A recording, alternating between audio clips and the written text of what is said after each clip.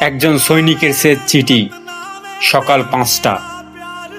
বরফে ঢাকা সীমান্তে দাঁড়িয়ে আছে একজন ভারতীয় সেনা। হাত কাঁপছে ঠান্ডায়, কিন্তু চোখ কাঁপছে না। পকেট থেকে সে একটা ভাঁজ করা কাগজ বের করলো। শেষবারের মতো লিখেছে, মা, আজ যদি আমি না ফিরি, কেঁদো না।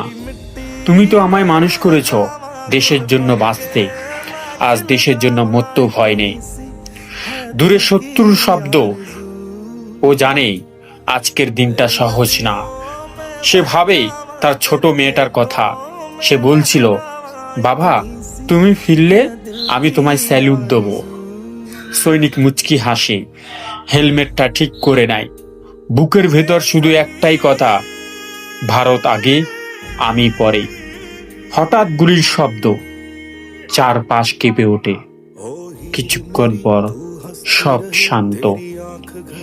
সন্ধ্যায় খবর আসে, একজন সেনা শহীদ হয়েছে, কিন্তু তার দল বেঁচে গেছে। সীমান্ত নিরাপদ। সেই রাতেই একটা ছোট মেয়ে আকাশের দিকে তাকিয়ে স্যালুট করে, আর পুরো দেশ নীরবে মাথায় নোয়ায়।